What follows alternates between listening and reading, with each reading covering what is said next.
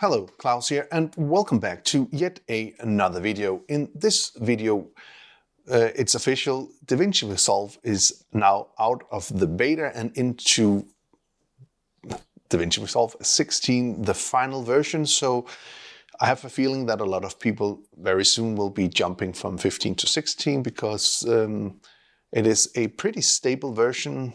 I actually think the beta has been pretty stable all the time I've been on the beta all the way through. So, and I haven't had so many problems with it actually. So that's one thing, but what Blackmagic now did is that they did a 16.1 beta because they want to continue on the beta route and want to continue with the software and making it even better. So in this video, we'll have a look at some of the new features in the beta 1 of Davinci Resolve 16. Let's get right to it. Okay, so let's have a quick look at some of the new things in the beta 16.1 of Davinci Resolve. So one of the first thing we'll talk about, which I can't show, is that you now can have full screen on your edit if you have a second or third monitor without having any other cards attached. That's the first thing. So a lot of the new features in the cut page are here. This is the first one, the ability to make cuts just by clicking the icon. I'll just redo that.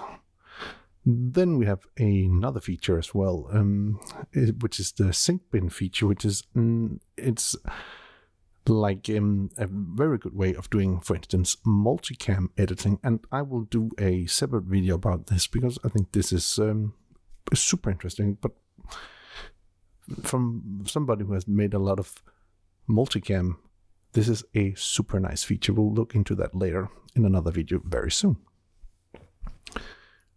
Okay, so now let's go to the next thing, which is the boring detector. And if we click here, it will pop up. And what this basically is that this will tell you, let's change the duration of seconds here to 30 seconds. So if I have a clip that's more than 30 seconds, it will become a boring clip. And also we have a jump cut detector, and let's just change that as well to, let's say, 3 frames. And then we'll just push analyze.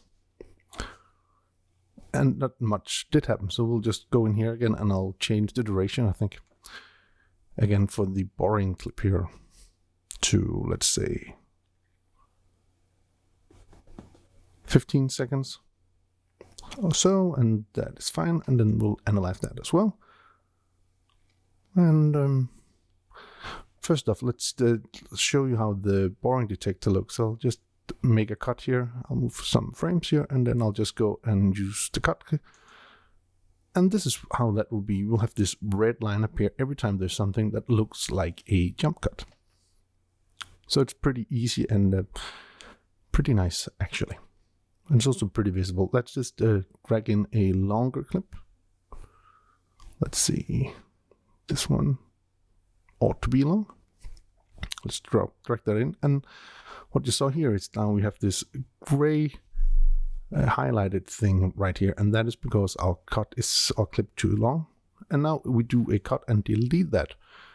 It is not a boring clip anymore. It's a pretty useful feature, I think, but let's take one of the other features as well, which is the close-up feature. So let's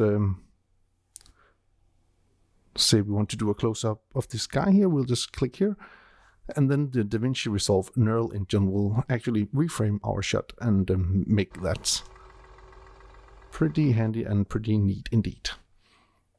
Okay, so let's go to the editing page because there's some things here as well. So here we are in the editing page, and first off, let's just rearrange some stuff here. And let's go into our transitions, and let's take something which I would never use, and we'll put that here. And now we have this lovely transition, and now we can actually copy and paste our transition. So I'll just highlight and Control C, and then I'll go over here and Control V, And because of the clip length, I'll ask it to trim, and now we have copy-pasted our transition. That's also a pretty nice new feature. So let's go for the next thing in the beta here. So let's see. Let's just zoom out a bit. And let's go over here to our effects, and let's take the adjustment clip.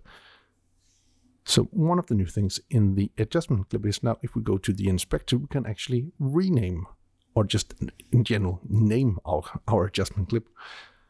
So let's call this film look, and now you'll see it has changed the name down here to film look. And let's just go to the open effects and let's type in film. And let's take this film damage and just drag that on our clip. And let's make this clip with film damage pretty easy, pretty nice. And now we can actually see what our adjustments are doing. Okay. So last thing, let's have a clip here.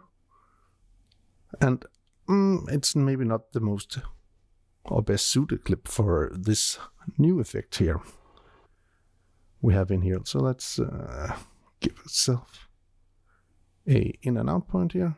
Let's take the clip here and let's drag that in, and let's see. Here we go. And let's go to the effects again, and let's take the stop motion, which is a new one. And let's go to the inspector. And let's go into, so what this basically is doing is it's making an effect as if it were a stop motion clip. So it'll basically make it more choppy. So we can change the frame repeat here. And you can see that it is like if we took a lot of stills.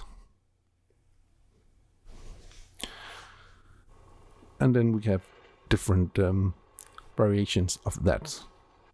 And I do think for this to actually work, it needs to be a shot which is locked off, I think, and also where there is movements in. So you can have like camera movements, like a slider or something like that, but I think it needs to be pretty stable. This was just a quick look at some of the new features in Davinci Resolve 16.1 Beta 1. And hopefully there'll be a lot of new things coming in the future. So anyway, I do hope you found this video useful. If you did, please hit that subscribe button, give the video a like, share it with your friends if you think it will help them out. And if you want to be notified every time there's a new video on the channel, please hit that bell icon down in the corner. Until next time, keep filming, keep learning, and keep sharing.